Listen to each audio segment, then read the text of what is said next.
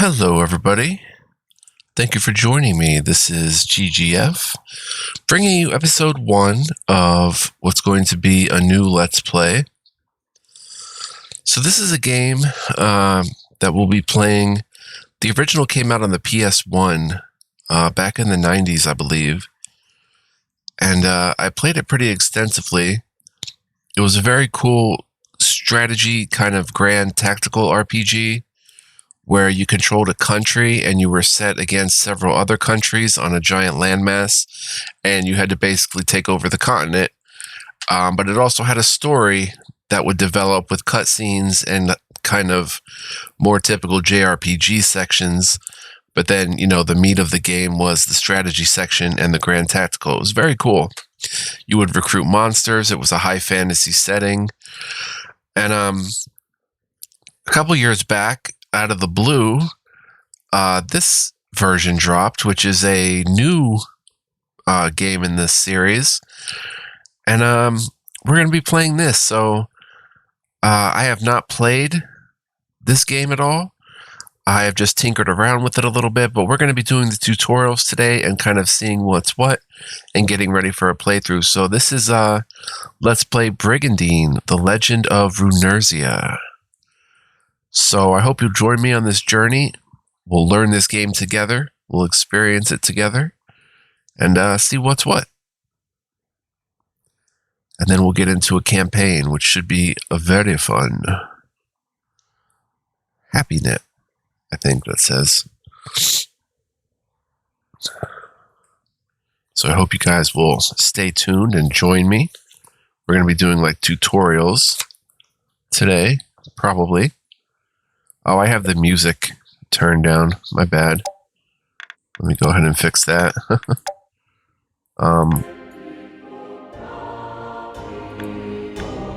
Might as well turn everything to 5.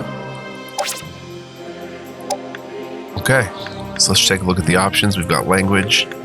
For anyone curious, there's 4 different languages, it looks like. Set audio options, subtitles, auto scroll. Okay.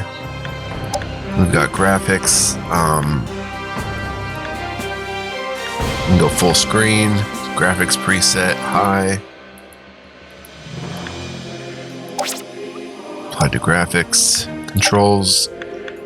We'll be using the keyboard. So it's kind of a fingers on home row where you use K, J, H, and that sort of thing. So I'll actually... I may be ditching the mouse and going that route. We'll see, but just don't save anything. License agreement, options, records. What is records?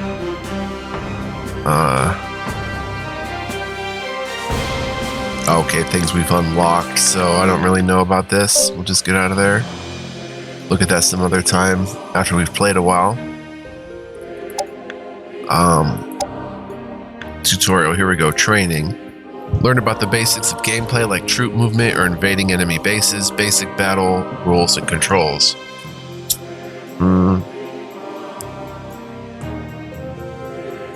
This is what we're going to be checking out. And as you can see, there is 7 different tutorials. So, yeah, we'll check them out. I checked a couple of these out before, but not all of them. So let's get the full dose here, and then we will head into the campaign and see what it's about. So, introduction. All right, gameplay and basic rules. The main mode is where you select a nation power to play as while you unify Runersia by occupying all the bases on the map. So here's the map, a small image of the map, and each one of these squares is bases, and the colors of the different nations. You pick one of them, and then you have to conquer all the other nations.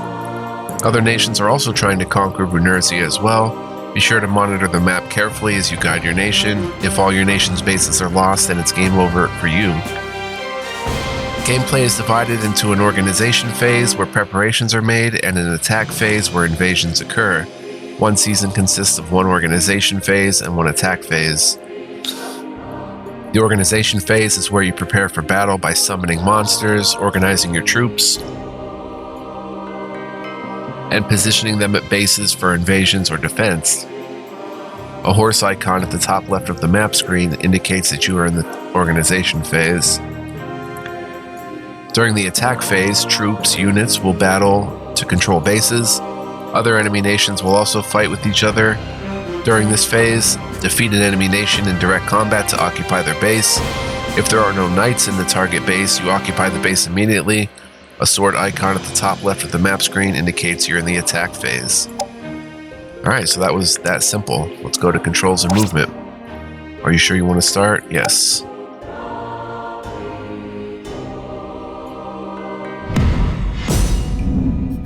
Okay, here we go. Year 781.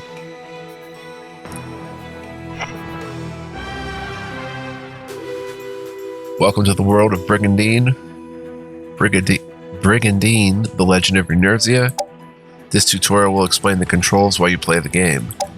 Current tutorial section in progress is indicated by the display above. Wow, 13 sections. This tutorial has a total of 13 sections. Press the K key. When action needs to be taken during the tutorial, the objective will be displayed here. So instead of K, I can just make a mouse click. Let's try it out. Well, it's probably easier to navigate using the home row. We'll press K. Every completed objective contributes to your tutorial progress. Keep it up. In this game, you select one of the 6 nations to play as and unify Runersia by occupying all the bases on the map. Each nation has bases within its territory. If you invade an enemy's base, a battle begins on the battle map. Win this battle and your nation will occupy that base. The battles are the heart of this game, but first you'll have to position troops adjacent to an enemy base in order to invade. Try moving a few to Lorentz now. First, let's review information about the base at Lanster, where troops are currently stationed. I don't know if this version of the game, or if this game itself has the cutscenes and the story stuff. I'm not sure. It might just be simply strategy.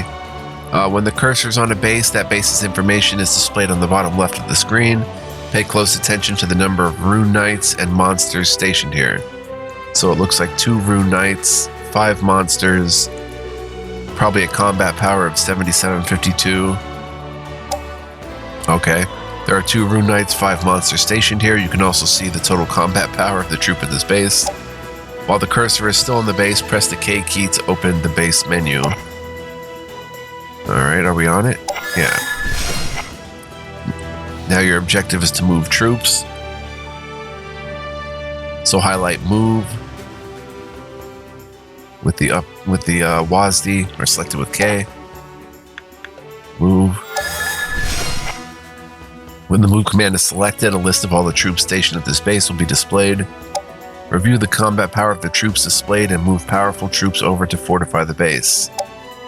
In this game, knights and monsters move together as a troop. Troops are made of a rune knight that leads a collection of monsters, while the monsters alone cannot be moved to another base. This time we'll be moving Rubino, the nation's ruler, and one of his foremost knights, Skizler. Press the Y key to move all troops or select more than one troop with the I key.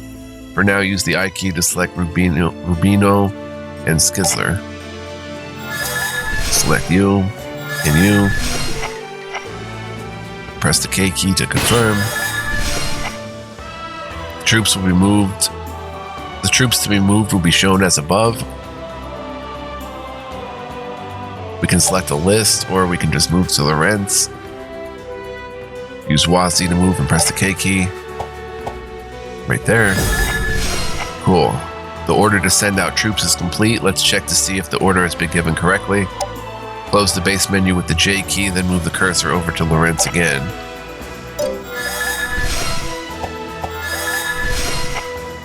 Rubino and Skizler have not started moving yet, but when a destination is active, an arrow will point from the current location to it, with information available for you to check.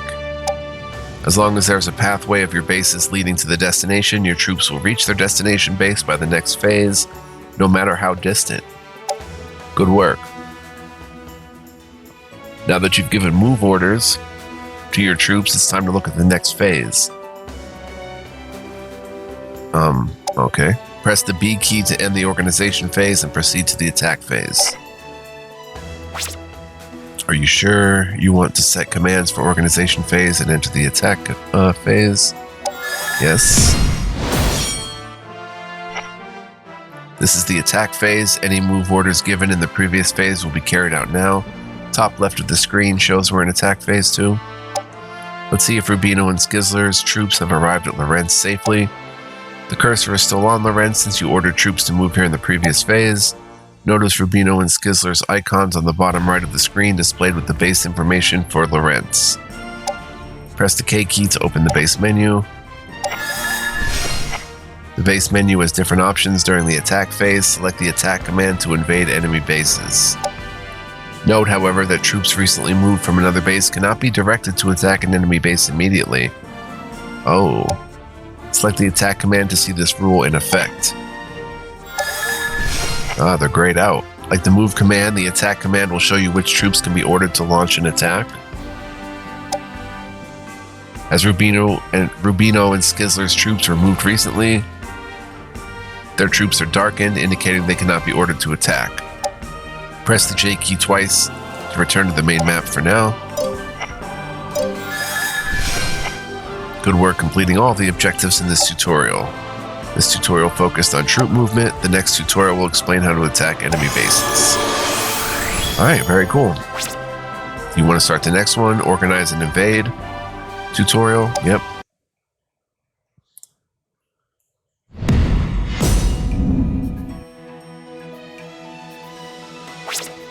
Alright.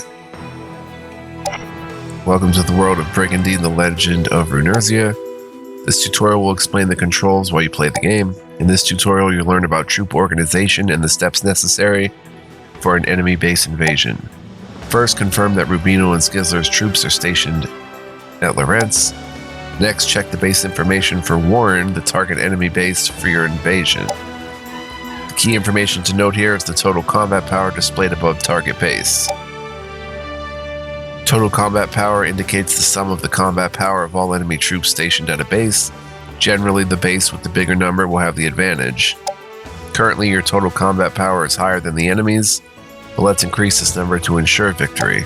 Specifically, we'll be adding monsters to Rubino's troop. Open the base menu. The objective this time is to organize your monsters. Select the troop command from the base menu with the K key. Troops. On the troop screen, there are a number of options to help you prepare for your invasion. As previously mentioned, monsters will be added to Rubino's troop. Select the units command. Units. The units menu is where you organize monsters by adding or removing them from troops.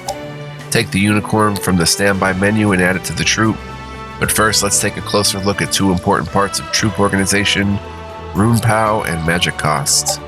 Let's start with the knight's magic cost. This number indicates the limit of the combined rune power of the monsters in a rune knight's troop. Each knight's rune power is different and increases with their level. Up to 6 monsters can be placed into a troop as long as their combined magic cost does not exceed the total rune power. Take a look at the combined magic cost of the monsters in Rubino's troop. Notice that his rune power is 215, but he's currently only using 155, so he has 60 remaining. Now let's look at magic cost. This refers to the magic cost unit required to place a monster into a troop. Take a look at the unicorn in the standby menu. A magic cost of 40 is displayed below the icon. Since we already know Rubino has 60 left of his rune power, the unicorn can be placed into his troop, as it only has a magic cost of 40.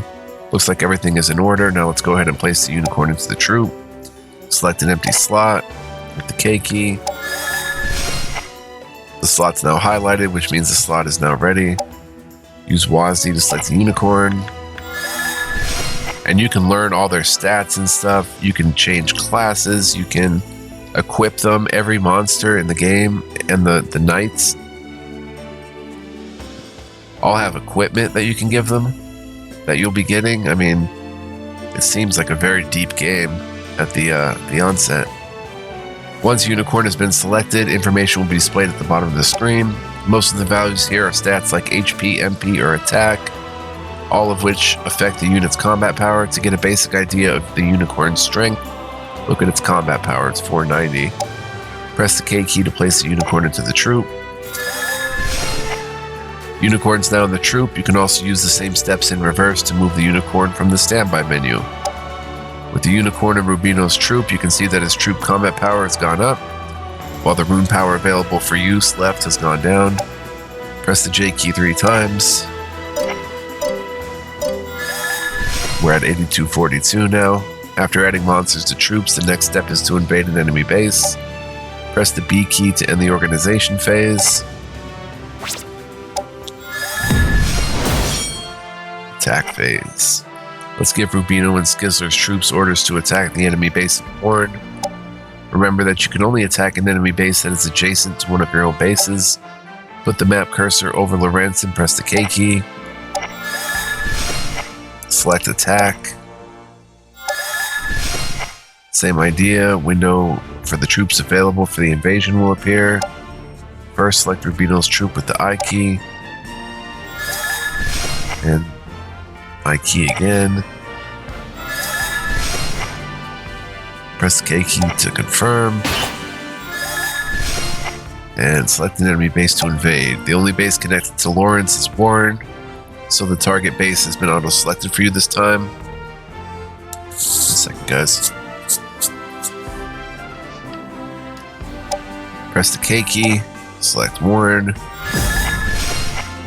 When you give out the command to attack, an arrow points from the attacking base to the defending base, similar to the move command. Now you're ready to invade the enemy base. Good work completing all the objectives in the tutorial. It's focused on troop organization and invading enemy bases.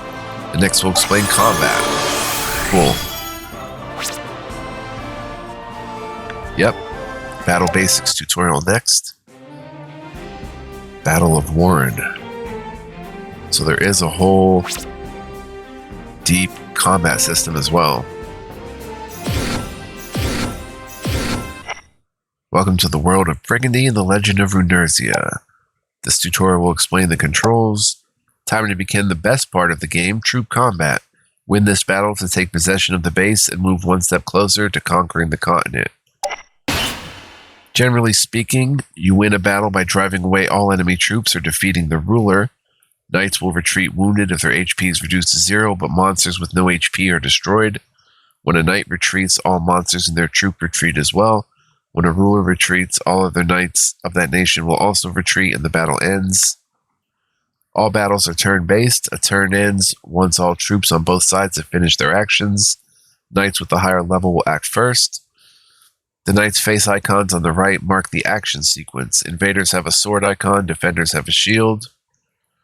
A monster's troop is marked with an A, B, or C. Higher level knights act first, so there may be changes to the action sequence at the start of a turn if a knight gains a level during combat. Skizzler's troop action. Let's take a look at some combat commands. During a troop's action, the HP bar of the knight and monster units in the troop will be highlighted in white. It's time for Skizzler's troop action, so the icons of units that can perform an action are highlighted. The knight of a troop will have their HP bar adorned with a crown, as they are the leader of the troop. When the HP of the leader drops to 0, all monsters in that troop will retreat. First, let's try moving Skizzler. Select him with the K key, select move from the menu. Okay, move right here. March toward the enemy. After moving, the skill and standby options are displayed so that you can select your next command. As enemy troops are still quite far away, select standby.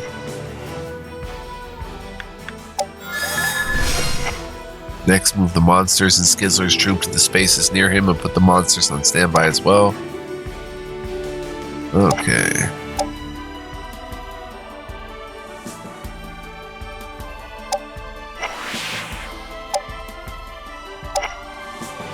This is a Gygus. There's all sorts of different monsters. This is a high lizard man. Pretty straightforward stuff here. Cheyennes. Next is the enemy troops action. The current action sequence of all the troops on the battlefield can be viewed on the right of the screen. You can see that after the enemy troop completes their action, it will be Rubino's turn.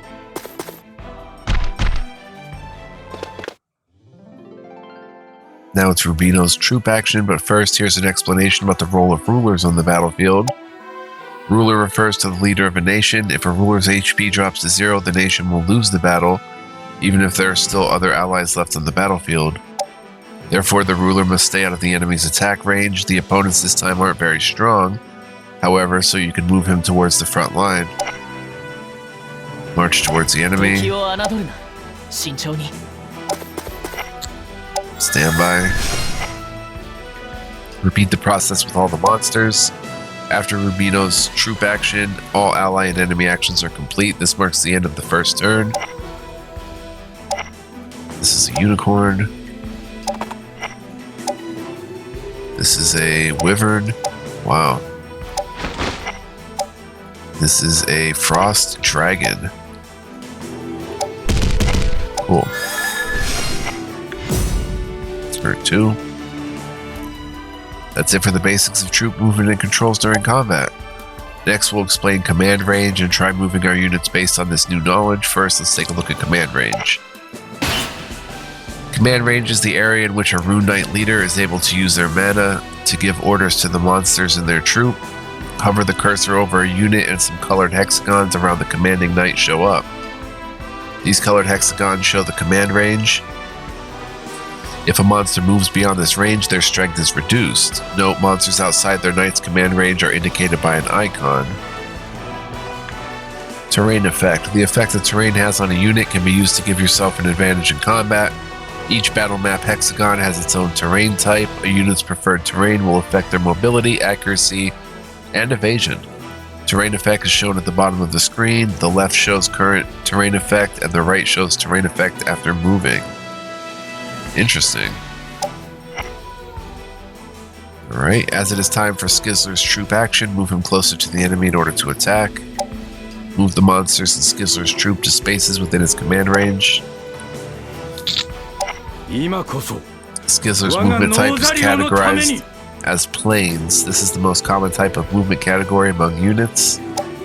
These units move well on flat terrain, but suffer a penalty in accuracy and evasion on other terrain.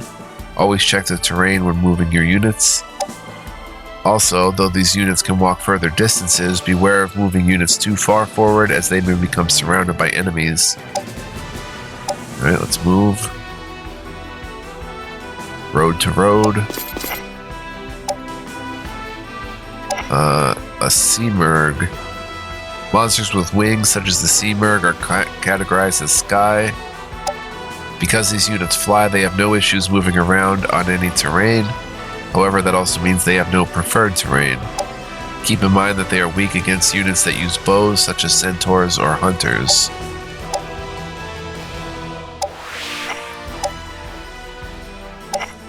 Monsters like the Gygas have an advantage on mountain terrain, are categorized as mountain.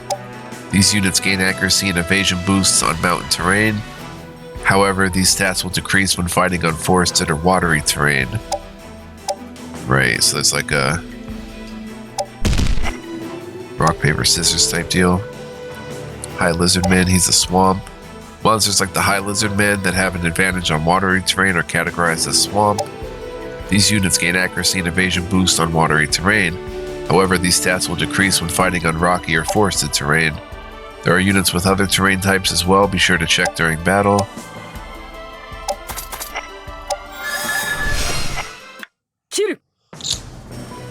Here they come. There's an automatic counterattack.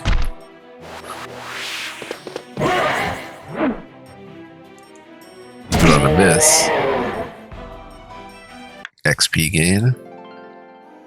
Now the battle will begin in earnest. Use an ally's troop to attack the enemy. Okay, what do we got here? Wait, I want to just look around. Ah! What did I do? I pressed L. Okay. Rubino is in position to use spells to attack. Although spells cost MP, there's no fear of being countered, and spells generally have a 100% hit rate. However, spells cannot be used after a unit has just moved. To use a spell, select Rubino and choose the Frost spell from the magic menu. Deals moderate damage to a single enemy unit within a 3-hex radius. Cool. And I guess we're going to cast it on whoever we want.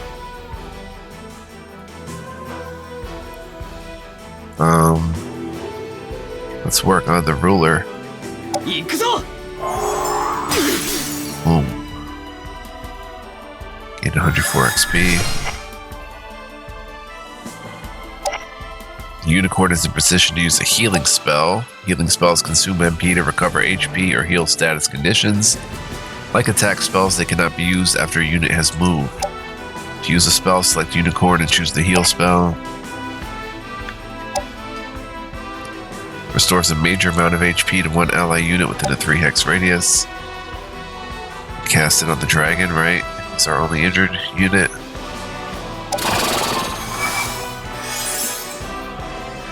Nice. We've got a wyvern. If a unit is adjacent to the enemy after moving, they may attack by selecting a skill from the skills menu. Move the wyvern and select skills to attack the enemy. Tail Whip, normal attack, deals moderate damage to a single adjacent enemy unit. Before the attacking, always check the battle forecast panel. From left to right, you can see values that represent the critical rate, accuracy, and power of the attack. Ah, very good. Critical rate shows the chance of landing a critical blow. Accuracy is the probability of the skill actually connecting, and power refers to the damage the attack will deal. Similarly, a forecast about how much counter damage the enemy will deal is displayed together with other stats as well. The unit's HP display will show how much HP is expected to remain should the opposing unit land their attack. Now press the K key to execute your attack. I wanted to attack the ruler, but oh well. Tail Whip.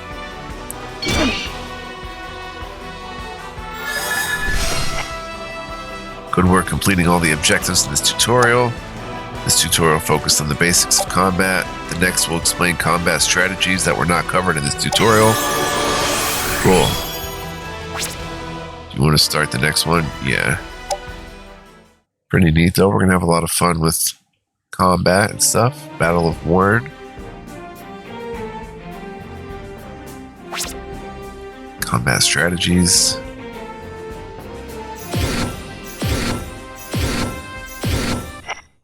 Welcome to Brigandine, the Legend of Runersia. In this tutorial, you'll learn about the various factors that affect the outcome of a battle. Skills and spells. Units can use skills and spells during battle. From the action menu, select skill or spell. To see a list of skills or spells a unit can use, this list will show information such as range, power, and elements. Skills or spells that cannot be used after moving are designated by the footprint icon. That's good to know. Skill and spell stats. Skills and spells have stats such as power, accuracy, and MP consumed. Element. The power of a skill or spell depends on units and target's element. The range is the range of a skill or spell. Ground or sky is accuracy against ground or flying units. Down arrow means ineffective. Up arrow means effective. A star is a guaranteed hit. Counterattack. Use this skill spell. And with an up arrow, the enemy will counter. With an X, the enemy won't counter. Interesting. Lots of information to check out. I'm so sorry, guys, that I'm sounding stuffed up and my allergies are out of control today. Alright. Grottos. There are a few ways to launch an attack that depends on the classes of the units on the battlefield. Let's learn about the properties of some skills and spells. Move Grotto's troop, okay? Grottos is the general of Norzaleo. His brave feats are rooted in his deep loyalty to the royal family. This hero has protected the kingdom for many years. Grottos' paladin class means that he has a lot of physical attacks and strong defensive capabilities. He is best suited for the vanguard on the battlefield. Right. Move. We can go this far? A Pegasus. A white elemental. Interesting. An Archangel. We probably won't have these units. These are probably pretty top tier units. I don't know. Cyclops. I'm not really checking out their stats or anything right now. Okay, then we have Jiu. I guess we move his stuff as well. Oh, Jiu is the high priestess of the Norzaleo kingdom. Everyone in Runersia has heard of this grand witch.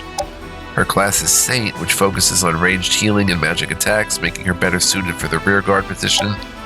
Monsters also have vanguard and rearguard roles like Grottos and Jiu. The best troop is one that is well balanced and thus ready for anything. Interesting. Move her. We've got a Holy Dragon. Right, he's more of a vanguard. Then we've got a High Centaur. I guess also vanguard. And a Goblin Knight. Wow. So very melee heavy there. Besides Jiu. Yeah. Ouch. I don't know why I moved the Centaur with the bow up so far. They counterattack every shot. There's a crit.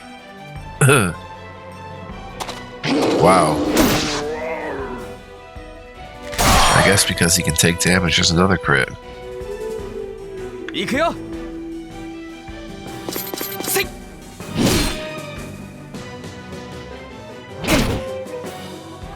Nice, he's fainted.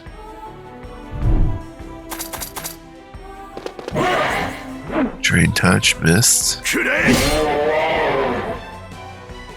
Great. Turn 2.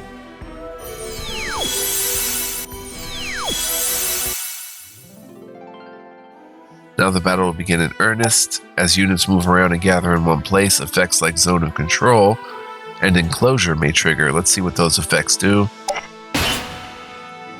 ZOC is Zone of Control. A unit's ZOC consists of the 6 hexagons around them. This area affects the unit's mobility. You cannot move through an enemy unit's 6-hex Zone of Control. This allows for various Zone of Control strategies, such as placing units to restrict enemy movement, protecting your rearguard, or keeping units in critical condition out of harm's way. Nice. Allies, of course, can move through.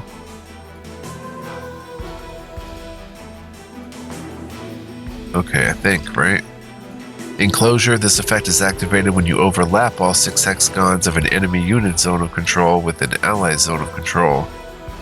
When you see a chain icon on a space within your movement range, moving a unit there will activate an enclosure. Enclosed enemies are marked with the chain, and this has an effect on accuracy and critical rates. Oh, okay. So let's see, are we playing ourselves here now? No.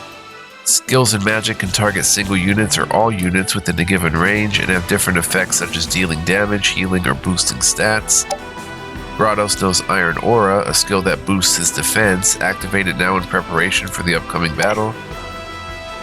Skill Iron Aura, increase your defense for a limited number of turns. Alright. Very good.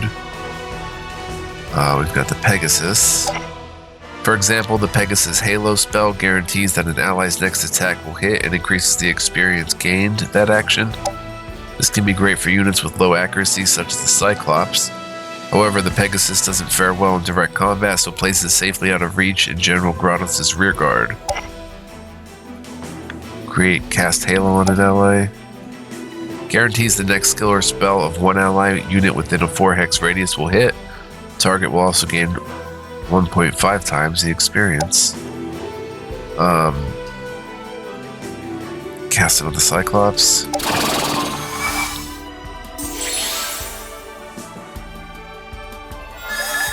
Okay. They've got the White Elemental. Range attacks can hit several enemy units at once. One example of this is Breath, which can be used by dragons and elementals. Breath-like attacks have different attributes such as attacking in a straight line or damaging everything in a 1 hex radius. They also cannot be countered, though they will deal damage to allies as well. Now move the white elemental, select Holy Shot from its skill list, then press the K key to attack. Alright, move right here. Skill Holy Shot deals major damage to all units in a 3 hex straight line, never misses. Can't be countered. Oh. Nasty. Alright. Lovely. Bunch of XP for that. Our Archangel. Magic is the most effective way to target multiple foes. Most magic attacks are guaranteed to hit, making them a very reliable option. Magic may target units around the caster or everything around a given point on the map. Some affect all units equally, while others, like Holy Word, will only target enemies. Next, let's use the Archangel's Holy Word spell so that you can observe the wide range and incredible power of this spell. Deals minor damage to all enemy units within a 4 hex radius, deals ultimate damage to zombie monsters.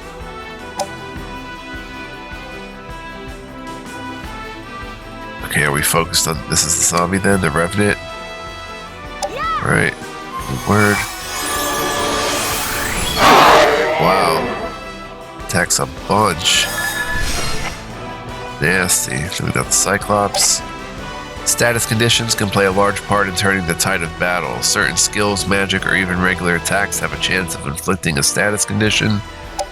Status conditions include Fate, Poison, Paralyze, Petrify, and Charm. Besides this, Cyclops, Goblin Knight, and enemy Mandrake units on this battlefield can inflict these status conditions. If your units get inflicted with a status condition, use Jiu's Medica spell to restore them to normal. Status conditions. Some skills and spells can affect a unit's stats or status condition. Status conditions like Petrify and Poison persist from the moment they are cast. Others like Faint and Paralyze recover after a set amount of turns. Some like Petrify can only be cured with the Cure spell. Status conditions are displayed above in the HP bar and in unit info. Very good. Okay, attack with heavy impact. 135 power. Deals major damage to a single adjacent enemy unit. 33% chance of inflicting Faint and decreasing target's attack and defense. Not effective versus sky units. Can't be countered. Right on their ruler, I think. Yep. Boom. And he's fainted again. Nice. Jiu's troop. Okay. Let's talk about healing multiple units. Jiu knows Area Heal, a spell that restores the HP of all the units within a certain range. We're going to heal the ally units that just received damage while fighting the enemy. Okay, use Area Heal. High level healing spell restores a moderate amount of HP to all ally units within a 2 hex radius.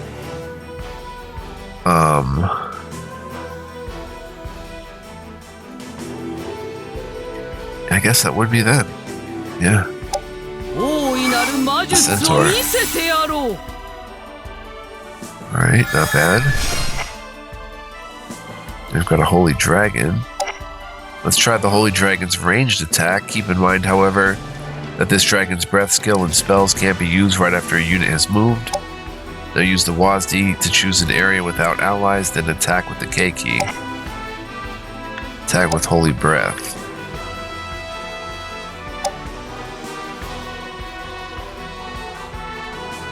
Probably want to go after the ruler here.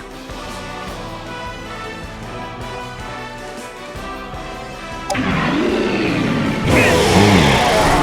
Down goes the Revenant, down goes the ruler. Bunch of XP. Oh, that wasn't a ruler, it was just a fighter. Centaur.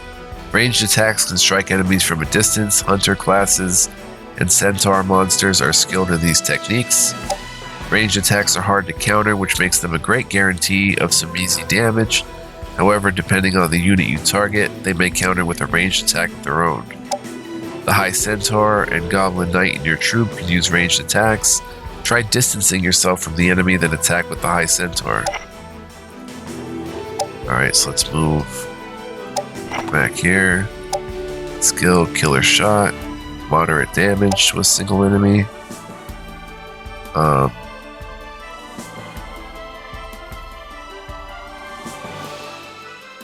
rather go after the Wyvern, probably.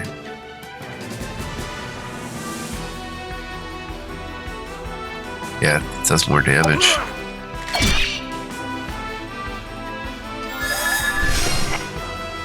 Then we've got the Goblin Knight. Try the Goblin Knight's ranged attack. This skill also has a chance of inflicting paralysis on top of dealing damage. This skill can't be used right after the unit has moved, so select Despair Wave from the unit's skill list before moving. Deals moderate damage to a single enemy unit within a 3-hex radius, 25% chance of inflicting paralyze.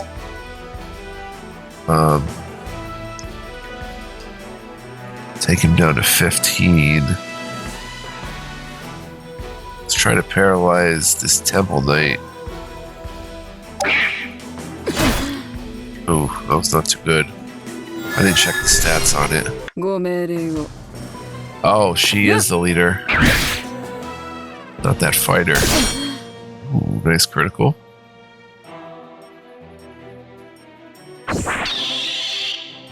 Dumb bite. Fainted.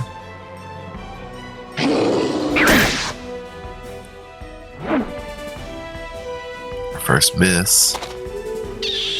Oh, the high dog can move twice in a turn. Alright. Oh, she's poisoned now. Okay, Paladin. Knights and monsters also possess abilities. You can view a unit's abilities from the stats screen. Let's take a look at Grados' abilities as an example. Shield Block S reduces damage by 25% when activated, and HP Recover B recovers 3% of the unit's max HP every turn. When a knight changes class, they may keep their old abilities, or they may be upgraded into more powerful abilities. Go ahead and battle on your own now. Units in the same troop can take action in any order you like. Use the knowledge you've gained to secure a victory. Okay, Holy Break. Deals massive damage to a single adjacent enemy unit. Low accuracy, though. Judgment. Single adjacent. Let's see what that would look like. It would take that Mandrake down to very low HP, so let's go ahead and blast him with an ultimate attack. Yeah. Ooh. There's a counter. Let's see. Jiu. Oh, your troop isn't ready yet. Okay. Pegasus.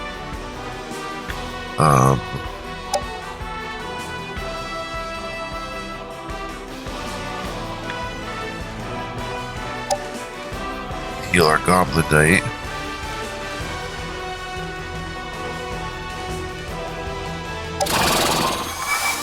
The Vanguard and everything still looks good. Got a White Elemental. We've got an Archangel. It's like Cyclops. Hyper Fist. Knock this thing out. 94% accuracy. Boom. White Elemental. If you come here, 3x straight line, look at that. Go for it. Boom. Very nice. And finally the Archangel.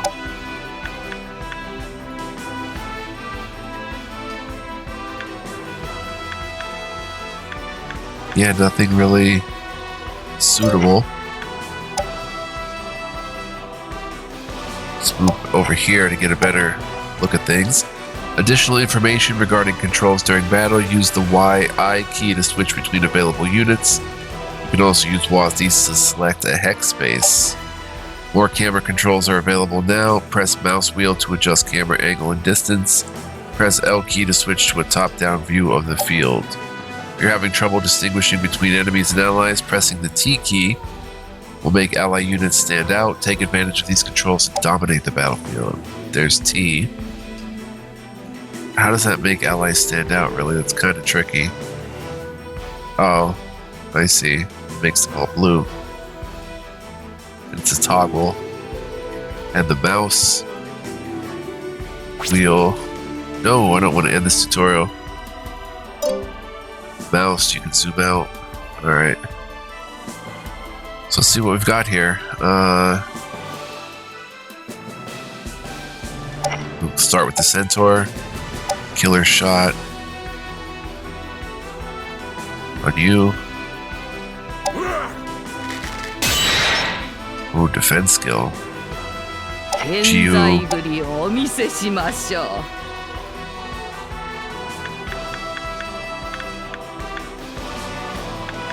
Divine Ray deals major damage to a single enemy within a 2x radius. Perfect, that will knock her right out. Boom. That'll do it. Success. Took out their leader. Congratulations for a battle well won. Now you can occupy this base and make it your own. Your strengthened knights and monsters are sure to put up even more of a fight in the next battle. Think carefully about the strategy that works best for the situation, such as defeating a knight so that monster troops are forced to retreat. Rewards await after a successful battle, and all units left standing on the battlefield will also gain experience. If there are enemy monsters on the map that didn't manage to flee in time, you can capture them and add them to your own troops. Good work completing all the objectives in this tutorial. Focused on combat strategies. The next will explain quests. I don't want to start it right now, though.